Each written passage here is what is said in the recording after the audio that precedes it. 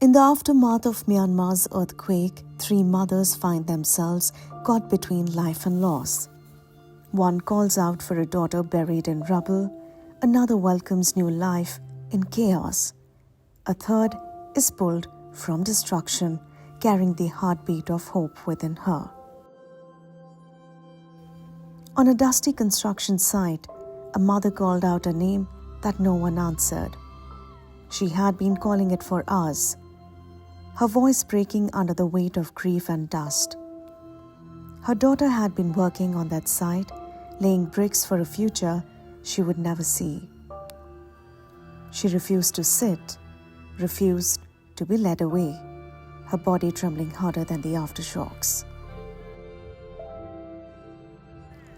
Hundreds of miles away in a hospital stairwell in Bangkok, another mother gave birth as the tremors rocked the city. Kanthong had come for a routine checkup, but when the first tremor struck, pain shot through her body.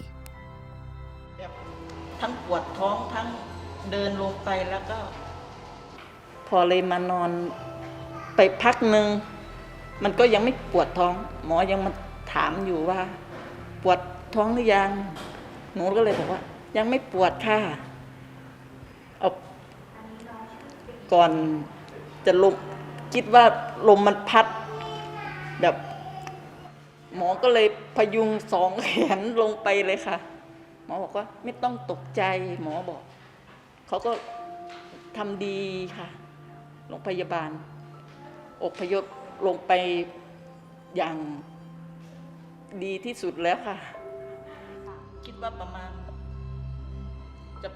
6 โมงเย็น In the rubble of Mandalay, time stretched unbearably long. For 65 hours, a pregnant woman lay trapped beneath fallen concrete, her body curled protectively around the life inside her. She did not scream. Her voice was gone after the first day.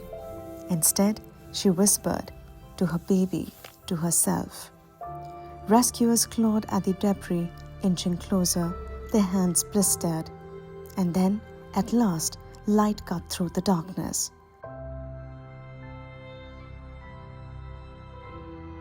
Three mothers, one who lost, her voice still echoing in the ruins, one who found, cradling a new life in trembling arms, and one who's waiting, carrying hope in a world that had tried to bury it.